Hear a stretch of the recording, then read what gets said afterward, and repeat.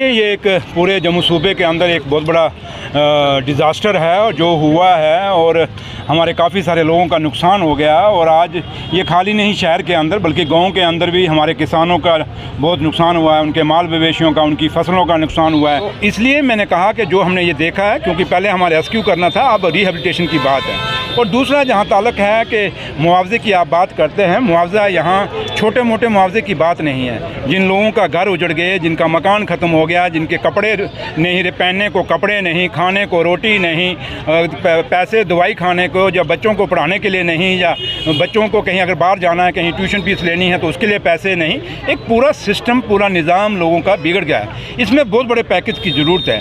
और मैं हिंदुस्तान के प्रधानमंत्री साहब से और हिंदुस्तान के होम मिनिस्टर साहब से यही अपील करूंगा कि जैसे आपने 2014 में 80,000 करोड़ का मुआवजा दिया था जब कश्मीर में सैलाब आया था, उसमें जम्मू कश्मीर में जो सरकार थी वो बीजेपी और पीडीपी की थी। और ठीक है कि वो 80,000 करोड़ आया और बीजेपी पीडीपी सरकार ने कहाँ दिए कहाँ नहीं दिए, क्योंकि आज भी लोग कहते हैं कि वो मुआवजा हमें कश्मीर में कहते हैं हमें मिला नहीं है। लेकिन आज हम कहें कि उनके कारण जो उस समय की सरकार ने जो घोटालाबाजी की है उसके कारण कहें कि आज मुआवजा नहीं देना, वो बात भी ठीक नहीं है। तो लिहाजा मैं प्राइम मिनिस्टर साहब से यही अपील करूँगा कि अगर उस समय 80,000 करोड़ का मुआवजा था, उसमें 11 साल पहले की बात है, और आज 11 साल बाद जब दोबारा बाढ़ आई है तो पूरी तबाही निकली है। पहाड़ी नाले हैं ये, तभी भी पहाड़ी है, तो इसलिए ये बहुत ज़्यादा नुकसान हुआ, बहुत ज़्यादा नुकसान हुआ है मेरे भाई। तो इसलिए हम प्राइम मिनिस्टर साहब से ये अपील करेंगे कि इस अरीज जम्मू में उससे दूने मुआवजे की ज़रूरत है, और उम्मीद करेंगे कि प्राइम मिनिस्टर साहब वो मुआवजा हमें देंगे। कीचड़ में दे रखा है, लेकिन कल कुछ लीडर पुल से ही जो है वो सीटियां मार रहे थे। देखिए वो तमाशा, एक तमाशेगिर है, उसकी गड्डी मैंने पीछे चलाई थी रजौरी पुंछ में, वो कल मैंने देखा यहाँ कंडक्टरों की तरह ऊपर पुल से सीटी बजा रहा था। लेकिन बदकिस्मती मुझे तब हुई, मुझे दुख तब हुआ एक SHO उसके साथ सीटियाँ मार रहा है, और मार कब रहा है जब पानी खत्म हो गया, लोग बर्बाद हो गए। क्या और लोगों की बर्बादी पे वहाँ गुज्जर नगर पुल से लोगों के गुज्जर नगर से लोगों की सीटियाँ हम कब मारते हैं? खुशी में।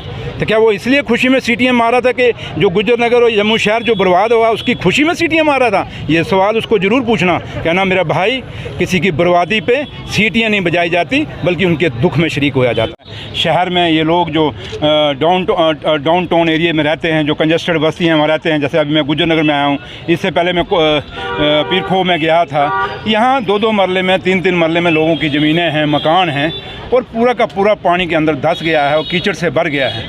अपनी जगह एडमिनिस्ट्रेशन पूरी लगी है, ADC मैडम मेरे साथ हैं, joint commissioner municipal Jammu corporation के मेरे साथ हैं, वो बंदोबस्त कर रहे हैं, लेबर लगाई है।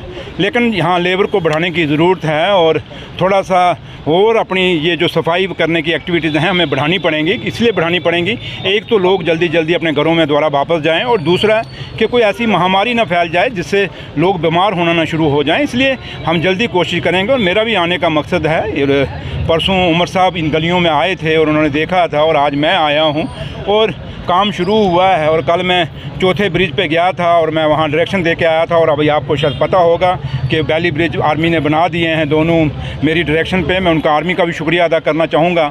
ये आपकी 5 तीर्थी सुजमा रोड बंद थी कल शाम तक, तो मैं कल रात को वहाँ पे गया, और आज सुबह 9 बजे का मैंने उनको टाइम दिया था, रात को ही उन्होंने वो रोड खोल दी है। इसलिए जहाँ हम जाएंगे काम होगा। लेकिन मैं एक ही बात कहता हूँ कि ऑफिसरां को थोड़ी तवज्जो लेनी पड़ेगी। HODs जो हैं, खाली हम दफ्तरों में बैठ के नहीं बल्कि बाहर निकलें, लोगों को देखें, लोगों को मिलें, लोगों की सुनें, और देखें कि जो हम चीज़ें दे रहे हैं, जो बंदोबस्त कर रहे हैं, क्या मौके पर वो काम हो भी रहा है, नहीं हो रहा। ये चीज़ें चेक करने की ज़रूरत है। तो इसलिए